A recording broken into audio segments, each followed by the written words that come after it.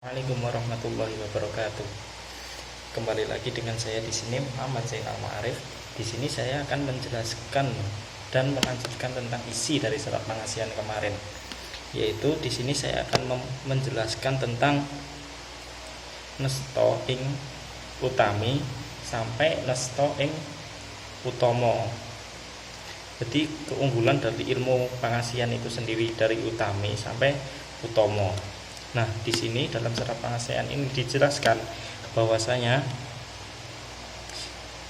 hal tersebut menjadi derajatnya tindakan yang diberikan. Jadi keunggulan dalam ilmu pengasihan ini ada 3.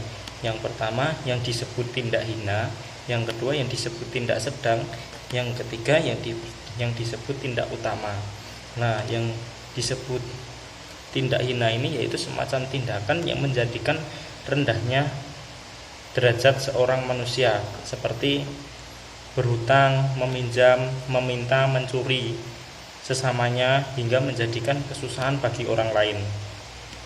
Nah, yang kedua ini yang disebut tindak sedang, yaitu segala tindakan yang memudahkan kemanusiaan, yaitu yang bisa berpergian saling membantu dalam kehendak, seperti berhutang, mau memberi, mau meminjami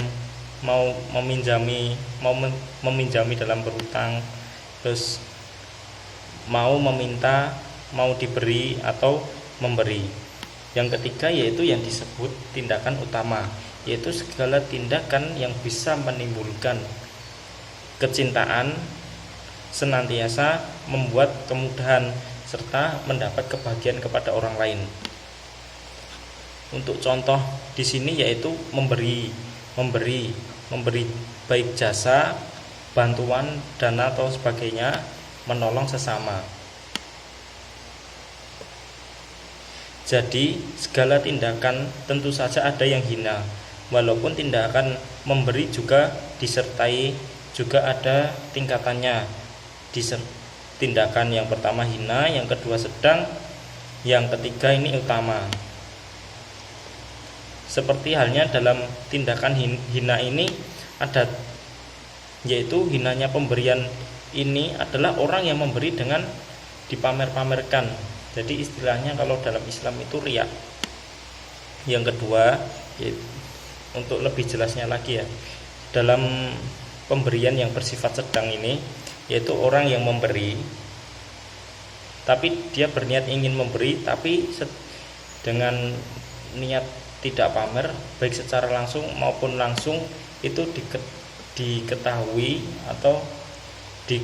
oleh si penerima. Sebagai contoh, ketika ada seseorang bertamu kepada orang yang lebih kesusahan, seperti contohnya si A bertamu kepada si B. Si B ini kesusahan, terus si A bertamu ke si B dan mengobrol-ngobrol bersalaman, kemudian memberikan uang,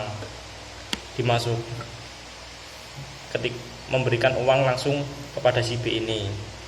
Kemudian yang contoh ketiga yaitu keutamaan memberi yang utama, seperti halnya ketika si A ingin memberi si B ini kesusahan, tapi si A ini memberi tanpa diketahui oleh si B, jadi memberinya secara langsung.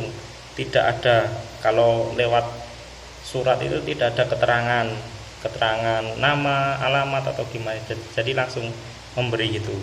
Mungkin itu saja yang dari saya, maksud dari isi surat pengasihan ini. Apabila ada salah kata saya mohon maaf. Sekian, terima kasih.